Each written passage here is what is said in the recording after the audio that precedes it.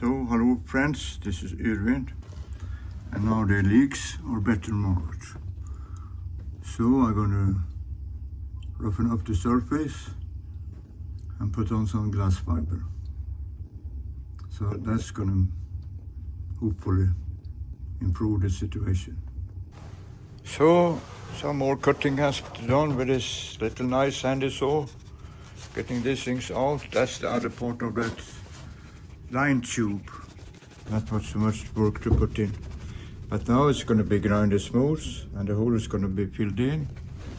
And this is the beauty of epoxy and doing the cell. You can cut and paste a bit more like the internet. So this is a good thing. So now 4 more places are covered with glass fiber, up in the corner, down here and up here. So in the end, I think the leak have to give up. I'm not gonna give up. I test again, I see a leak again, I mark it, and I fix it. So this leak, it has to give up sometime, because I'm not going to give up sometimes. So this is the leaking thing, and now it's going to be tested again. So this is a good thing.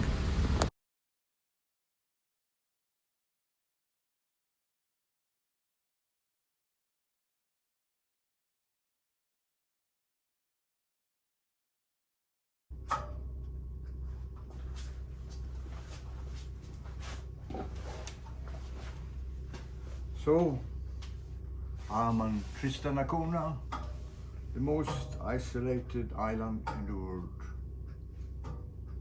And here it continues.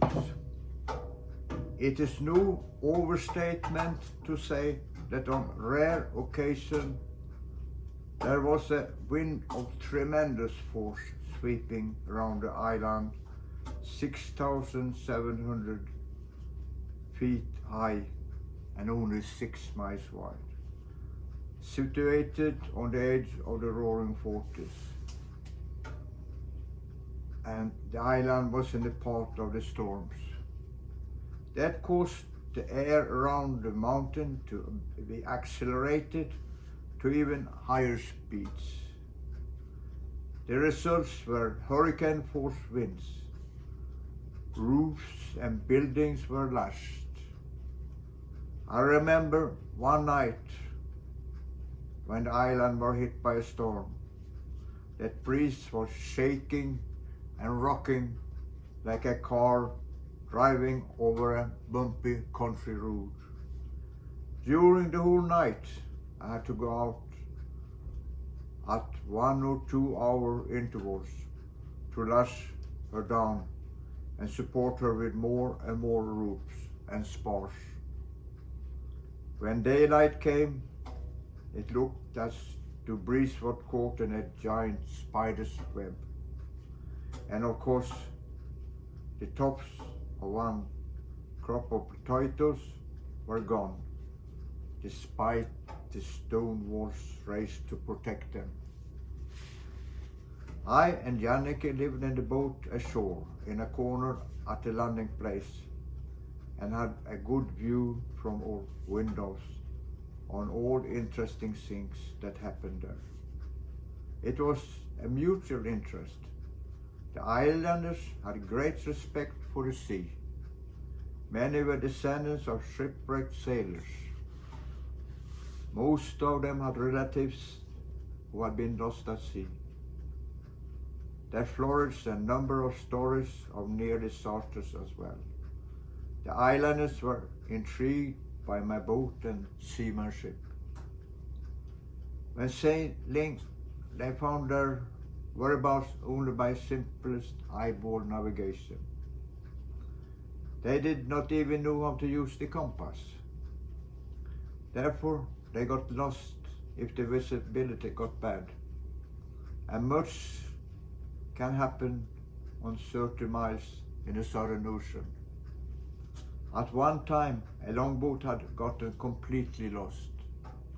It was only by sheer luck they managed to sight the island again after 5 days. The crew knew only too well that they were in waters dangerous for an open canvas boat. If wind would come up, there were thousands of miles to nearest island. They and other islands got afraid of their life. The incident was caused by one man who had forgotten his rifle on Nightingale. They had returned to pick it up. During that short time, Tristan had disappeared in fog. Now, wise by experience, they never return for forgotten things. As a friend of knowledge and independence, I taught them the compass. It did not take me long to understand that academic learning was not the islanders' strong point. I adapted my teaching to circumstances and quickly dropped terms like deviation, variation, magnetic bearing, and true bearing. Instead, we went out on a field with a compass. I put up 3 posts representing Tristan, Inaccessible, and Nightingale Islands. Asked one man to stand next to the Tristan post with a compass in his hand. I told him to walk straight and steady towards the post representing Nightingale, and at the same time observe the compass. After him, asked the other helmsman to do the same thing.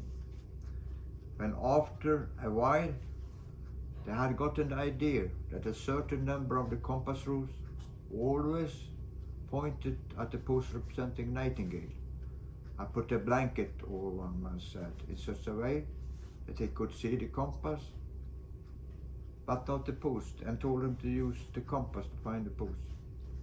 The lesson was successful. I told the band that navigation was based on mathematics and that I'd used much time to try to understand it. Many parents don't understand mathematics.